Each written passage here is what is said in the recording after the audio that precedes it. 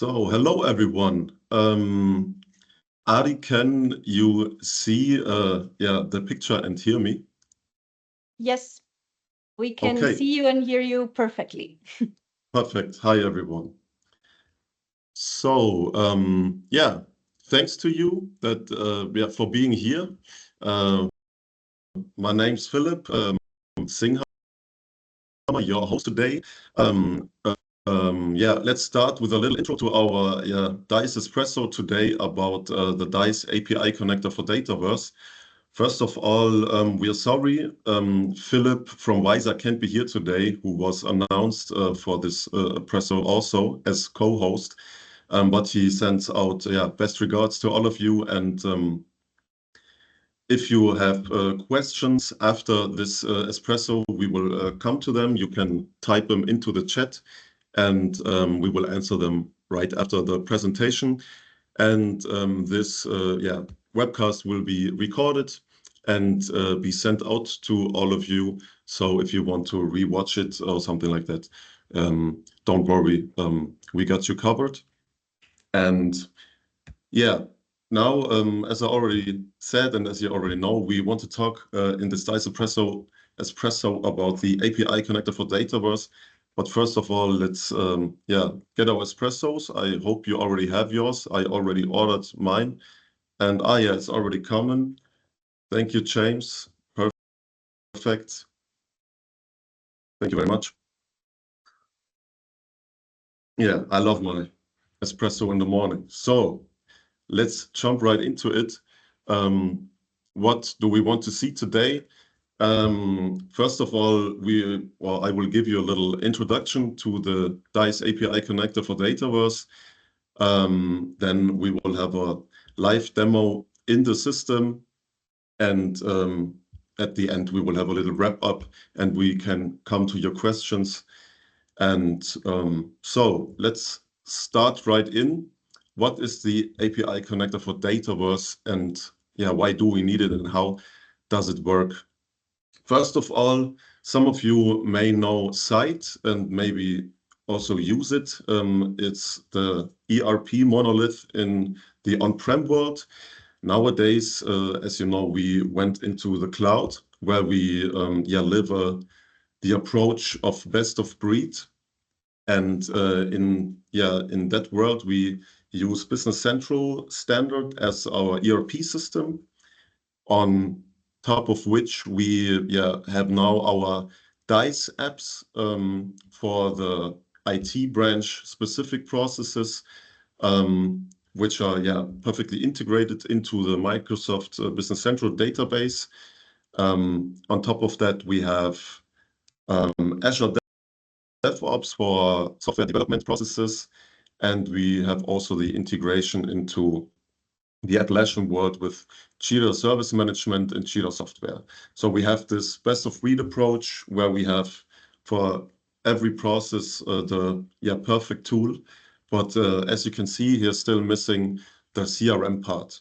And for CRM, we use Microsoft Dynamics Sales as best of breed piece of software, which unfortunately, I would say, is running in its own database, the Dataverse. And to get it connected to our best of breed platform, we need an interface. And Microsoft Standard delivers a standard interface. But as we experienced, it doesn't really match the needs of our customers. And so, we looked out for a way to connect these systems. And we went together with DYCE, who had the right technology for an interface, and we went together and developed the DYCE API connector for Dataverse. So let's have a look how the whole thing works. Of course, as you can see now, we don't as we have the API connector for Dataverse, it's not like two separate systems, what they still are, but for the user, it's a better experience because we have the processes now in one integrated platform. And let's now have a look into the architecture of the API connector for Dataverse. How does the whole thing work? You see on the left side, we have our dynamic sales in the Dataverse, and on the right side, Business Central in the Business Central database together with our DYCE apps. And what comes with our API connector is that you get an app which is installed in dynamic sales, which has some tables, fields, and functionalities just to mirror Business Central standard and also our DYCE logics, so that the systems can talk to each other and have the same logics. Then we also have the API pages on the Business Central side, where we have extended the standard with more fields and tables. And then we have the hard piece of the interface itself, which runs completely in Microsoft Azure, will be installed in your Microsoft tenant, and in Azure Table Storage, there's the mappings and charts, which we didn't hard code, but are simply configured for SingHammer DYCE apps as well for the standard. And we have the Azure Service Bus, which delivers the data from right to left, left to right, bidirectionally. And what makes the API connector special is not only the simple technology, but also the brain that we put into it, because it's not only a dump interface. It already brings a lot of processes. As you can see, we put our smartest heads together who know Business Central and sales and CRM processes and how they should be mirrored in the systems. And so we implemented some best of breed processes and best practices. So you get a lot of functionality out of the box.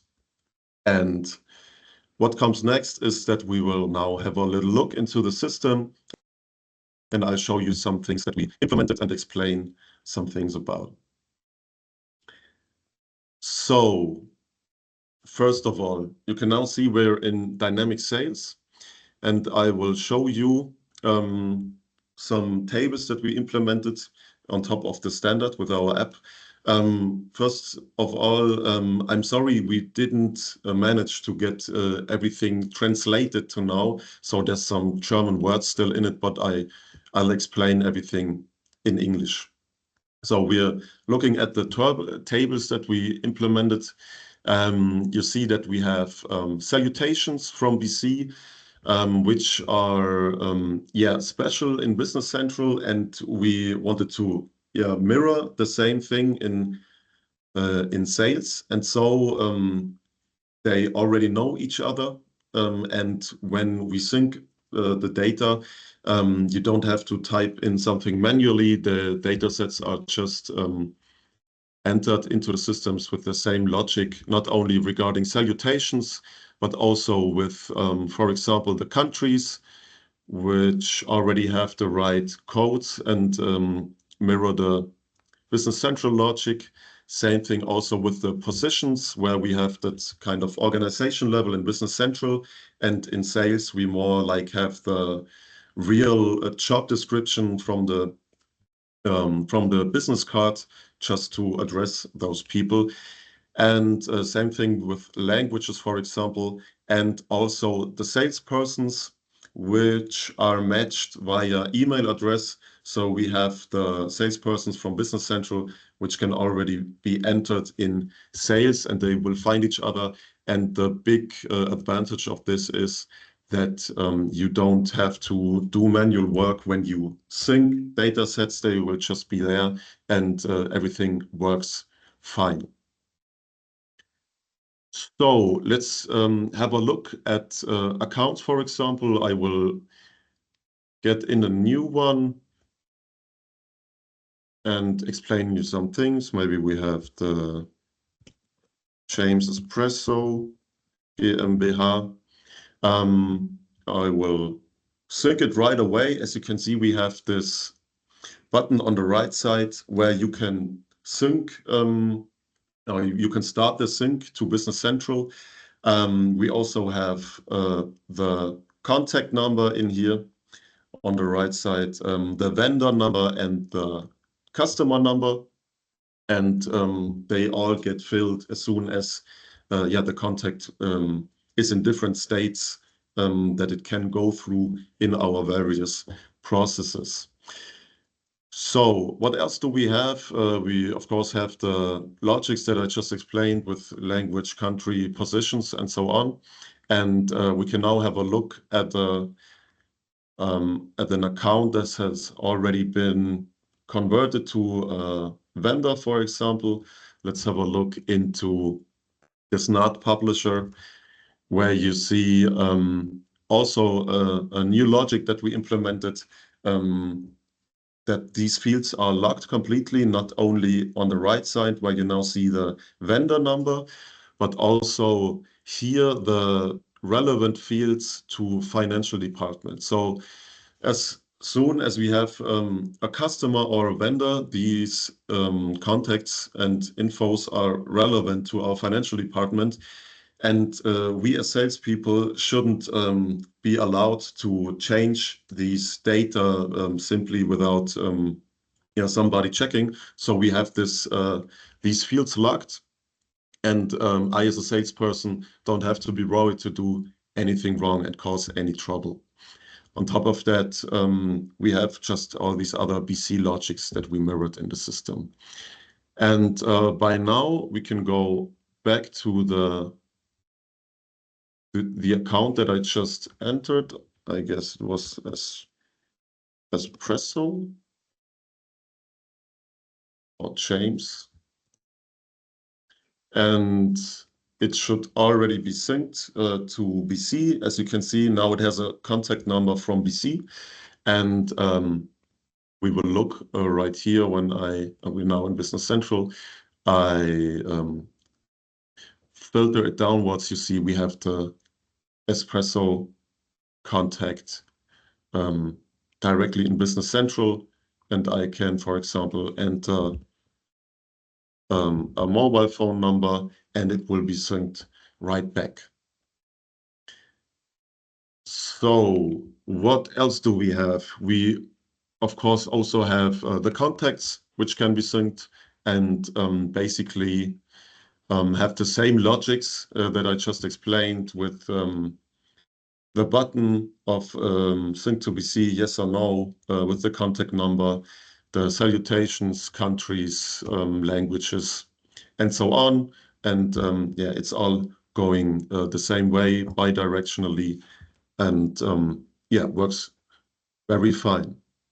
What else do we have? We have leads in CRM, which I can tell you we don't sync leads, because leads are like the first step of our sales process and more relevant to marketing.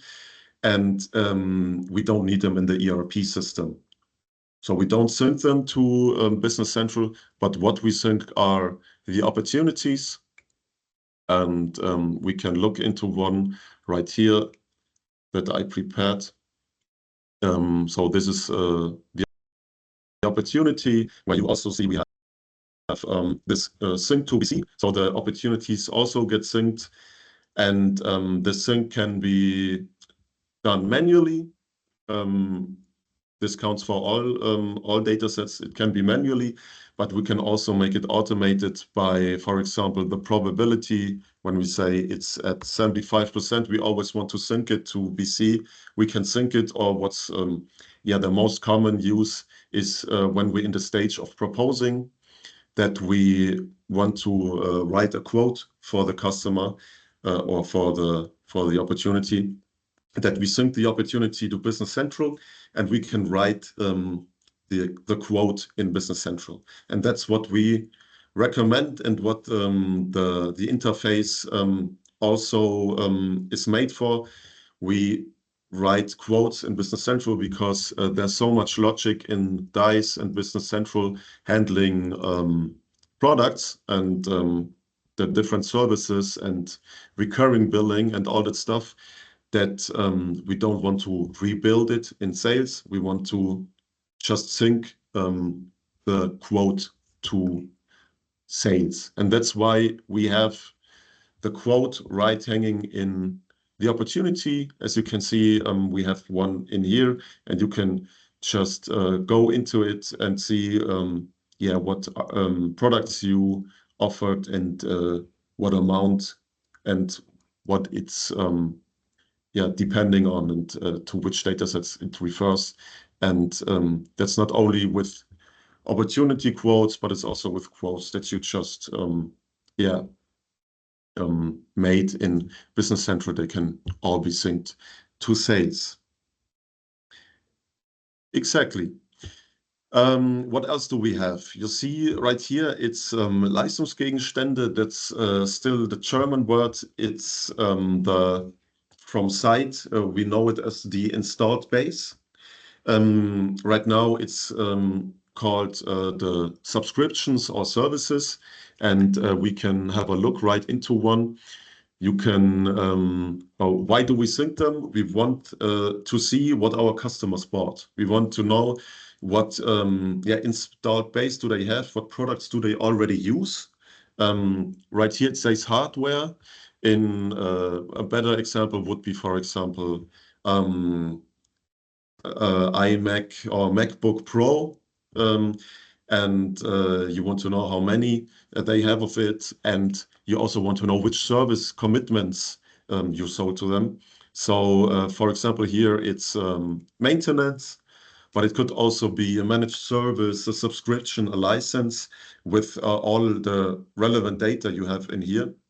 And then you see when did it start, when will it end, and what's the smart thing about it is you don't only see what the customer bought, we can also automatically generate tasks in sales for your salespeople, that they get an opportunity, for example, when a license is running out, that they go back to the customer and ask if they want to prolong their license, for example, or we can create tasks. And that's just a great opportunity for your upselling and cross-selling. Exactly. What else can I tell you is you might wonder why I didn't talk about like invoices or revenues. That's because we don't sync them via the interface. Why?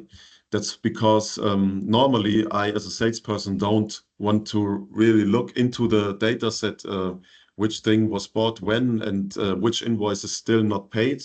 I just want to know, did they pay their bills? Are there still bills open, for example, and how much revenue did I make with the customer and with which product? And we can do that not, or we can do the best not by syncing the data sets, but by implementing and embedding Power BI reports right in the places where you need them. So you can really embed them very nice, and it gives you a perfect overview. And so you have that 360-degree overview of the customer. So let's come to the last part of the presentation in the system. I will just show you the interface itself. What does it look like? As you can see, we are just in our Azure tenant, and you can see we have the storage browser, as I told you before, where we just put in the relevant things like jobs, mappings, and so on. And the good thing is they are not hard-coded. They are just configured and can be copy-pasted more or less, so that we have a real quick implementation at your systems. And we can also easily add new fields and stuff. We can just copy this whole thing and enter a new field name, table name, or whatever. And that's what makes it so flexible. So that's about the presentation. I now have some more slides that I want to show you. Or basically, it's just one slide with the wrap up, and then we can just come to your questions. So, of course, I have to tell you why you should consider Microsoft Dynamics Sales and why you should do it with us. First of all, you have this great integration, not only with PC, but also with your whole enterprise software you're already using, like SharePoint, Teams, Outlook, and so on. And of course, all the AI features that are already there and will come in the future. And Microsoft, of course, is on the first line, as we can say that they are first mover with the new features. We as Singhammer are proven just to understand the needs of IT businesses. And Microsoft has also approved this by buying our apps and implementing them in Business Central Standard. Of course, they didn't buy all apps. They just bought the subscription and usage-based billing. But I think it shows how well we understand the IT businesses and how we can extend Microsoft for IT businesses. And it's not only Singhammer, also DYCE as our partner really understands your needs, and we are a really good team because we don't only work together in projects, but we also have a deep understanding for the both systems because we work together in creating the product of the API connector with the interface. So we know which system is best for which task, and maybe also for which task it's not the best. And of course, as I showed you, we have the API connector for Dataverse as a very flexible interface with many functionalities that we bring to you with really good licensing. We would say it's really a bang for the buck just because it brings so much functionality. It might cover like 80%, 70, 80% of your needs. If you work out of with the standard, much near to the standard, it will cover most of your needs, or really 100%. And you don't have much implementation time and also cheap licensing. So we think it's a great deal for you. And that's everything from me. Last thing I can say, don't worry about the Espresso. It's completely on us. And if you have any questions, don't hesitate to contact us. You can always just write a mail to me or to Philip. And I am now ready to go for your questions.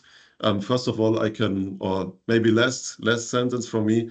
If I can't answer a question, we will answer it by email. Unluckily, we don't have Philip from DYCE here today, who's a little bit more technical than me. But Ari, do we have any questions? Okay, so just for the record,